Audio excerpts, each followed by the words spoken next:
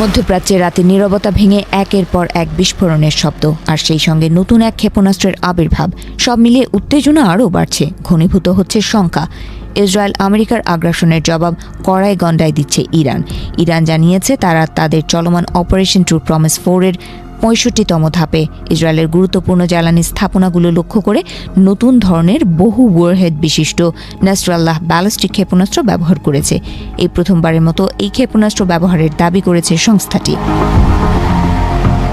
ইরানি বিবৃতি অনুযায়ী হামলার প্রধান লক্ষ্য ছিল আশদোদ এবং হাইফা অঞ্চলের তেল শোধনাগার, যেগুলো ইসরায়েলের জ্বালানি অবকাঠামোর গুরুত্বপূর্ণ অংশ। তাদের দাবি নাসরাল্লাহ ক্ষেপণাস্ত্রটি পূর্বে ব্যবহৃত কাদের সিরিজের উন্নত ও নির্দেশনাযোগ্য সংস্করণ।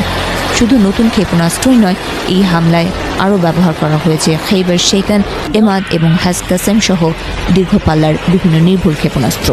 একই সঙ্গে মাঝারি পাল্লার কিয়াম ও জুলফাকার ক্ষেপণাস্ত্র দিয়ে সৌদি আরবের আল খারিজ বিমান ঘাঁটি লক্ষ্যবস্তু করা হয়েছে বলে দাবি করা হয়েছে। ইরান আরও জানিয়েছে সংযুক্ত আরব আমিরাতের ফুজাইরাহ অঞ্চলের একটি গুরুত্বপূর্ণ সামরিক যোগাযোগ ও ডেটা সেন্টারেও আঘাত হানা হয়েছে।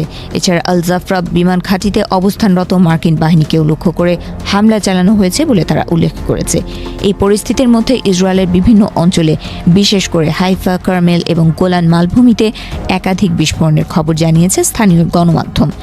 পরিস্থিতির গুরুত্ব বিবেচনায় দেশটির প্রধানমন্ত্রী বেনিয়ামিন নেতানিয়াহু একটি সুরক্ষিত ভূগর্ভস্থ বাংকার থেকে জরুরি ব্রিফিং করেন।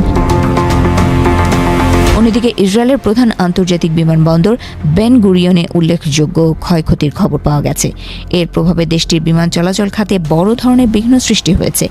বিমানবন্দর কর্তৃপক্ষ আন্তর্জাতিক ফ্লাইট সংখ্যা 50% কমিয়ে দিয়েছে। ইসরায়েলের জাতীয় বিমান সংস্থা এল আল 21 মার্চ থেকে 27 মার্চ পর্যন্ত সব ফ্লাইট স্থগিত ঘোষণা করেছে। একইভাবে ইসরায়েলি এয়ারলাইন্সও 31 মার্চ পর্যন্ত তাদের নির্ধারিত ফ্লাইট বাতিল করেছে এবং নতুন টিকিট বিক্রি বন্ধ রেখেছে। এই হামলার পর দেশটিতে সাধারণ মানুষের মধ্যে আতঙ্ক ছড়িয়ে পড়েছে। বিমানবন্দর, টিকিট কাউন্টার, এমনকি সীমান্ত পারাপারের পথগুলোতেও দীর্ঘ সারির সৃষ্টি হয়েছে। অনেকে সম্ভাব্য আরও হামলার আশঙ্কায় দেশ ছাড়ার চেষ্টা করছেন।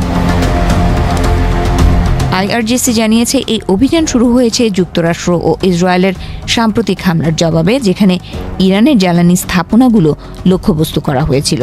তারা সতর্ক করে বলেছে, প্রতিশোধমূলক এই অভিযান চলবে যতক্ষণ না তাদের শত্রুদের সম্পূর্ণ পরাজয় নিশ্চিত করা যায়।